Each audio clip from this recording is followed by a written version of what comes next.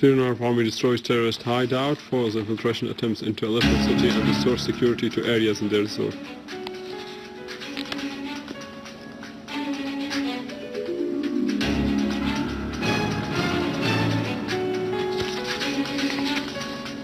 Lavrov, Kimoun and al-Brahimi's meeting focus in resuming Geneva II talks.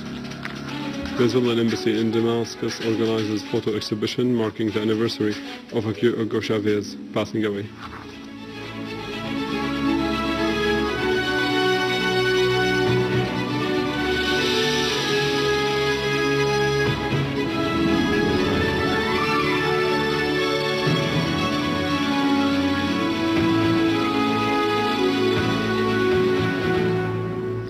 Good afternoon, this is news in English from Syrian television in Damascus.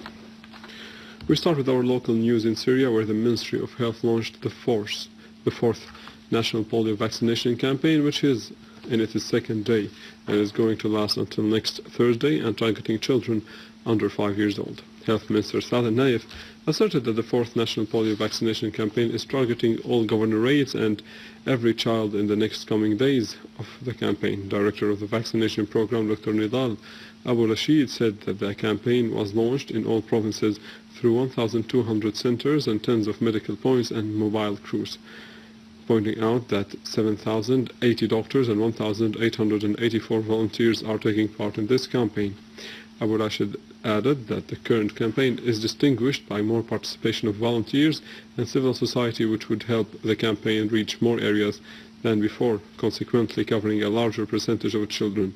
The third nationwide vaccination campaign had succeeded at reaching more than 2.7 million children, and that the greatest number of vaccinated children was registered in Damascus countryside province.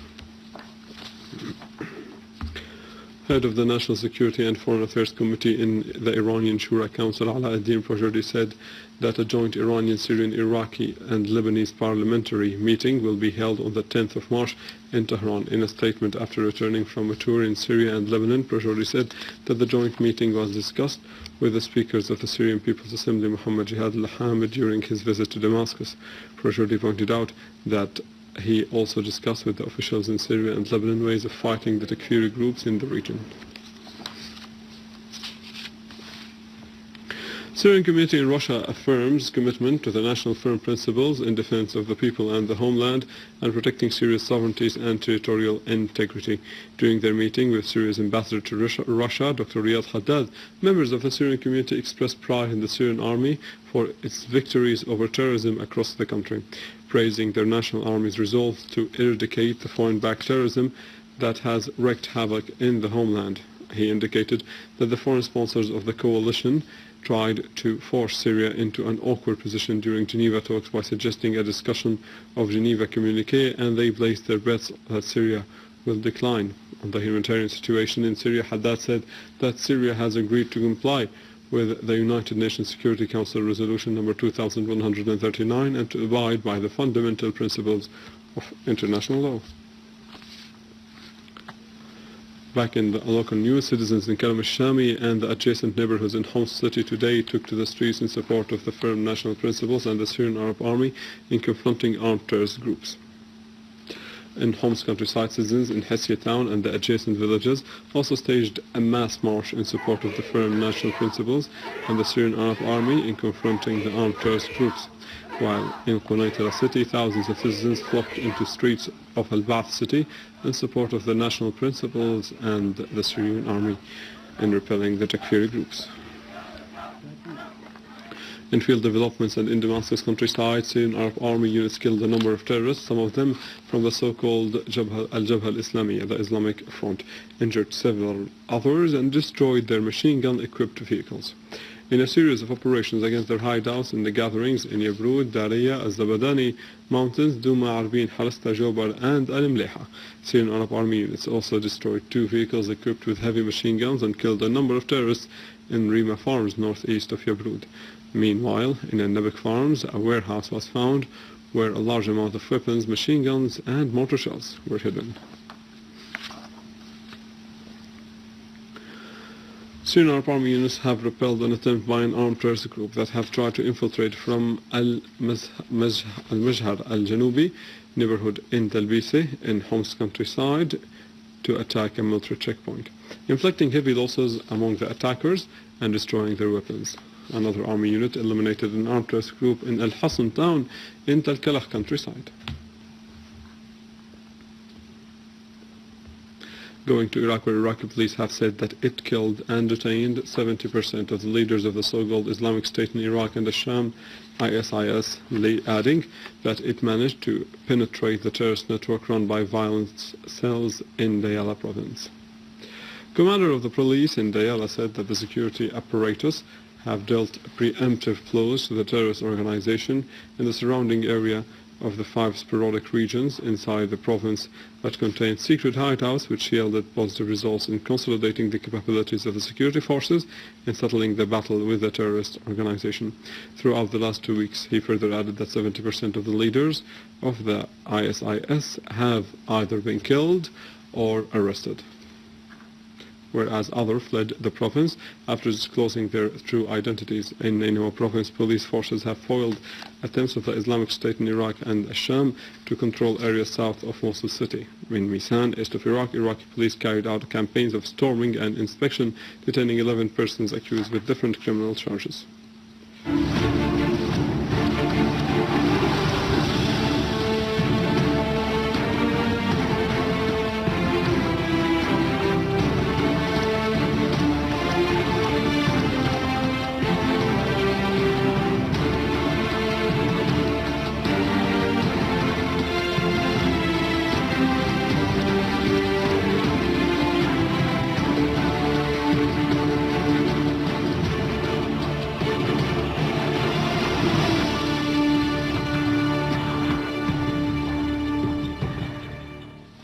In Damascus countryside, citizens of Mu'addamiyat al-Sham city rejected the United Nations aid and the Western countries' attempt to politicize their difficult humanitarian situation. They expressed satisfaction over the local reconciliation in the city, rejecting all forms of violence. The citizens said that all foodstuff and consumer materials are available in the city, adding that the Syrian government and the Arab Red Crescent are shouldering the responsibilities towards citizens. General Coordinator of the Popular Reconciliation, Hassan Ghandour, said that the aid coming from the Zionist lobby will not enter the city, adding that the Syrians do not need bargains that cash on their blood of the Syrian people.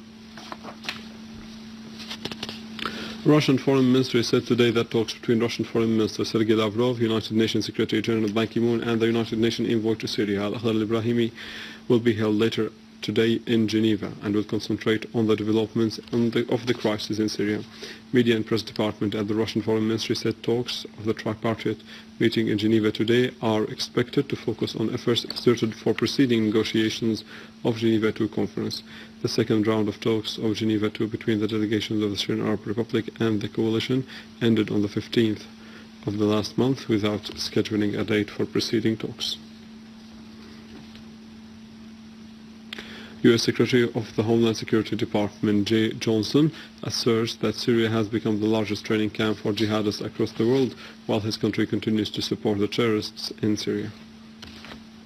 A sense returns back that the extremism which was exported to Syria is now posing a threat to the European countries and even to the United States.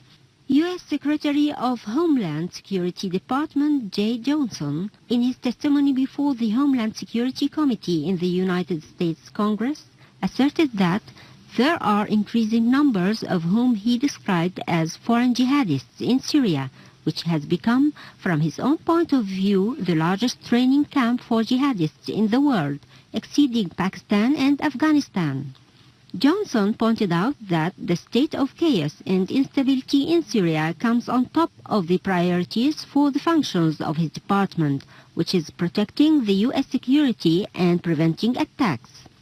Johnson talked about the protection of U.S. security from attacks by what he called as jihadists in Syria.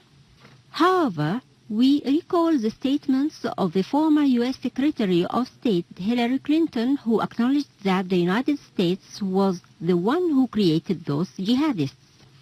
Let's remember here, The people we are fighting today, we funded 20 years ago. Washington's fears that the threat of extremism might bounce back to strike the United States completely contradicts its actions. A short time ago, the U.S. congressman secretly approved financing shipments of weapons to the armed terrorist groups in Syria, whom they called moderate opposition. At the same time, high-level meetings were held to discuss this issue. Most recently was in Poland, in which interior ministers of the United States, Britain, France, Germany, Spain, Italy, and Poland participated.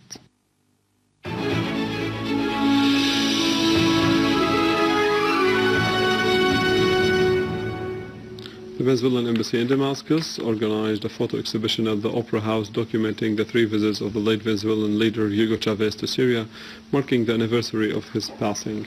In a statement to Sana, Culture Minister Luban Mshawah said that the exhibition accentuates the friendship between the peoples of Syria and Venezuela and the deep bonds between the two countries which are facing conspiracies. For his part, Venezuelan ambassador to Damascus, Imad Saab, said that this exhibition is part of similar activities organized by Venezuelan embassies and friendship societies across the world. Saab said that Chavez had a strong and remarkable relationship with the Syrian leadership and people, which is why the embassy organized this event in addition to another event that will be held in Damascus University on March 5th. With this, we end our news for today. Thank you for watching. For more details about Syria and the region and to view this bulletin again, you can always visit our website in English, www.syriaonline.sy. Now to the latest business and market news with Vani Kunejian, but after a short break.